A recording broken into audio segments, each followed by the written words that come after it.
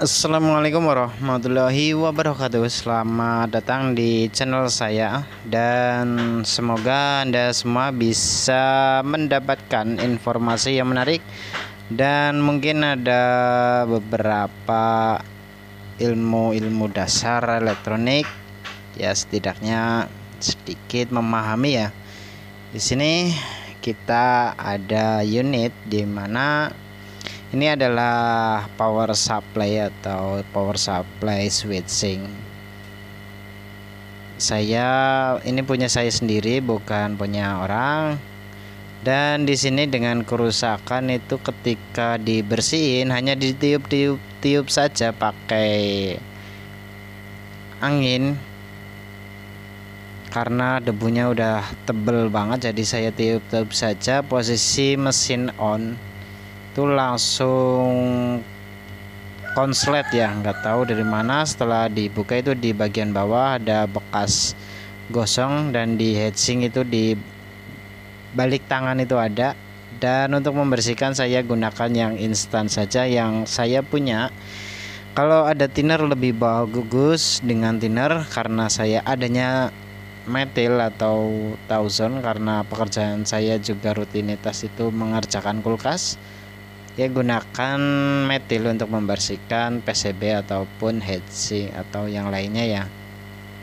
Cukup 11-12 dengan thinner hanya saja. Kalau thinner dia lebih bersih, untuk metil dia agak kurang bersih ya menurut saya, karena pasti akan meninggalkan kotoran yang cukup bandel. Namun metil bisa mengangkat sampai ke akar-akar. Oke, di sini saya tes menggunakan buzzer. Itu dia konslet bagian diodanya, padahal kasusnya sepele, hanya ditiup pakai karena nggak ada kompresor, pakai kompresor manual dengan tiupan dari mulut. Malah di sini menimbulkan konslet ya. Cukup kaget juga ketika ditiup kok langsung doar. Mungkin kalau direkam semua akan cukup bikin tertawa ya guys. Oke, di sini setelah saya pengecekan menggunakan buzzer itu konslet dan fuse-nya sudah pecah ya guys. Ya, untungnya listrik rumah nggak ikut anjlok, hanya fuse saja yang rusak dan dioda yang short. Kebetulan banget nggak ada efek samping ke meteran listrik. Biasanya kalau sampai terjadi konslet itu meteran listrik akan mengalami error. Oke, kita capit saja menggunakan capit buaya alias dicapit terbang. Oke, kita akan melepaskan semua dioda yang sebenarnya cuma konslet 2, namun di sini saya mengganti semuanya dengan model dioda sisir biar lebih mudah untuk ininya. Dan cara melepaskan dioda yang masih orinya yang model bulat panjang itu agak susah ya guys. Kita harus ekstra hati-hati karena kakinya juga ditekuk. Kaki dioda juga modelnya gede, ditekuk. Kita harus ekstra hati-hati saat melepaskannya, jangan sampai PCB-nya keangkat ya. Oke, mungkin yang lainnya sudah pernah lihat video saya menggunakan karet silikon atau selang silikon itu untuk ujung atraktor. Ternyata emang bener-bener bandel ya guys. Sama sekali tidak lecet, tidak menimbulkan bau gosong, tidak bikin ujung solder tumpul ataupun lainnya. Daripada menggunakan chop flyback itu bikin ujung solder menjadi tumpul, nggak bisa nempel ke tinol.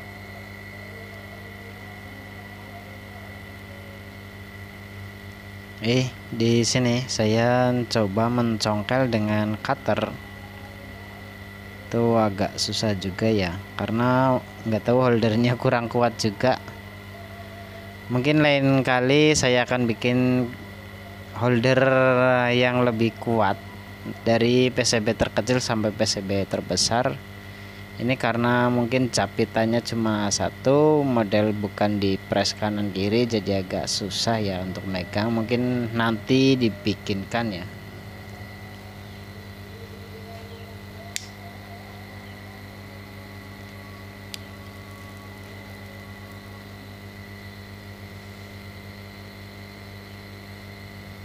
Oke, untuk ini kita sedang membongkar.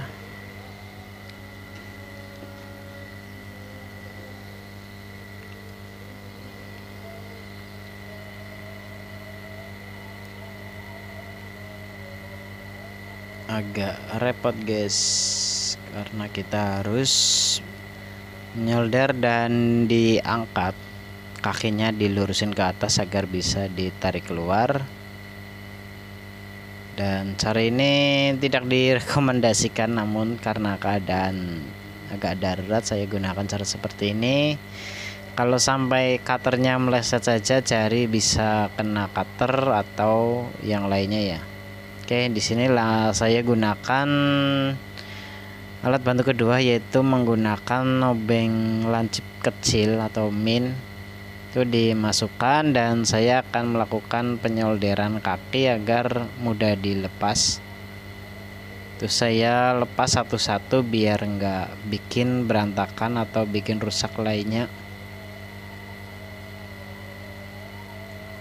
Oke, kita lanjut ke dioda 2. Kita juga sambil masukkan, kita congkel, kita panasin yang sebelahnya lagi sambil kita lepas.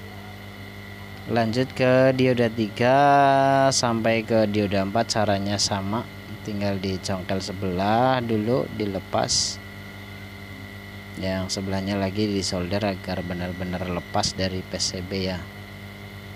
Terus yang terakhir juga sama, dicongkel. Jangan terlalu keras ya guys, karena kalau terlalu keras kemungkinan besar obeng akan menusuk ke bagian spare part lainnya yang bikin semakin berantakan pekerjaan kita. Oke, untuk ini pelepasan dioda selesai. Yang selanjutnya saya itu mencari dioda, dan untuk tempat fuse-nya saya juga lepasin dulu karena dia udah pecah. Kita cari PCB yang kiranya ada spare partnya sama. Di sini cek elko, dia tidak konslet, berarti untuk kemungkinan besar IC PWM nya atau ininya masih oke. Hanya rusak di bagian B plus saja, A plus ya, plus atau tegangan utama dari AC 220 volt. Kita cari PCB yang ada spare partnya sama persis dan bisa dipasang. Itu cari di kotak, ternyata untuk fuse model pendek agak susah, dan dioda ganti sisir kita juga cari agak susah. Kita cari tempat lainnya di tumpukan PCB.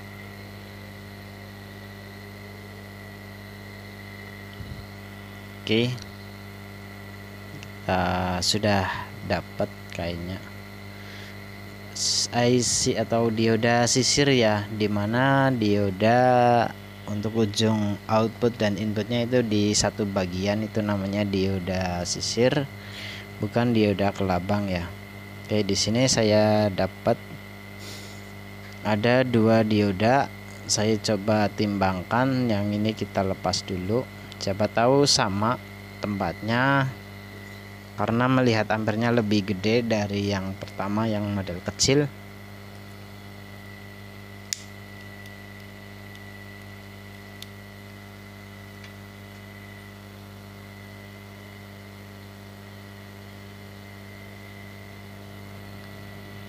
Oke, agak susah ya guys.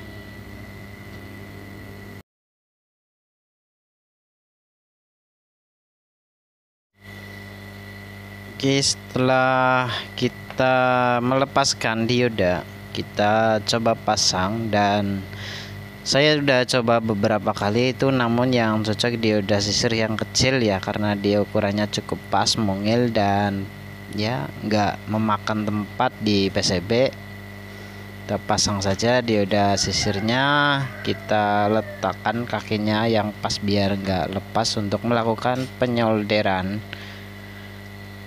Dan selanjutnya kita akan mencari atau mengganti fuse yang originalnya, karena dia spasinya pendek, enggak seperti fuse pada lainnya. Kita solder dulu untuk kaki diodanya, kita solder dulu agar tidak jatuh ketika kita jepit di PCB.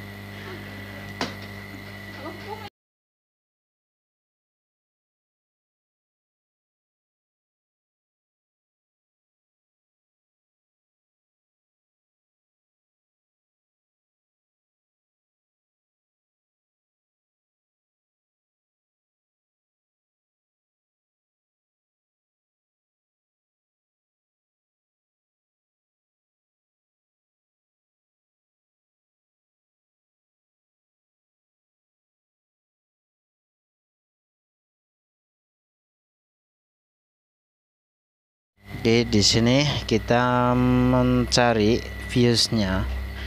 Cari-cari di kotak-kotak tumpukan PCB, entah dari PCB apa saja. Saya coba-coba cari dan ada satu yang kurasa pas banget ya, walaupun dari segi tampilannya itu berbeda, namun untuk fungsinya itu sama persis, dan untuk pin kakinya juga pas banget sesuai dengan tempatnya.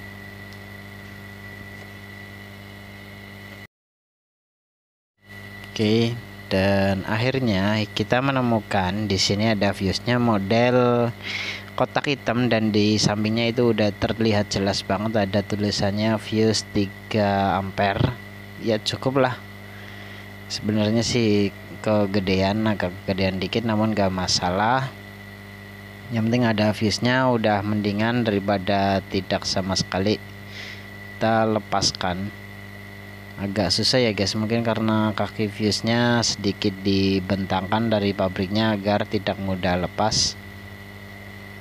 Kita coba congkel kanan kiri kan, sambil digoyang-goyang, sambil disolder, dan akhirnya emang udah kena. Kita coba cek dulu apakah fuse-nya masih oke. Ya, fuse-nya masih nyambung dan bagus. Kita sedikit bersihkan untuk kaki fuse-nya agar tinolnya tidak terlalu kebanyakan, biar bisa dimasukkan ke lubangnya dan disamakan itu persis. Sedikit dilurusin untuk kakinya. Kita tinggal tempel saja di bagian sini sesuai tempatnya. Kita tempel sambil kita tahan jari, kita solder sedikit agar tidak kabur ya guys. Tetap kita menjaga dengan jari, kita sedikit tarik pakai tang agar tidak lari ya. Oke, udah aman. Cari tinol dan solder langsung kaki fuse-nya. Oke, untuk ini rusaknya cuma 2 ya guys, fuse dan dioda saja. Untuk elko dan IC PWM dia oke saja.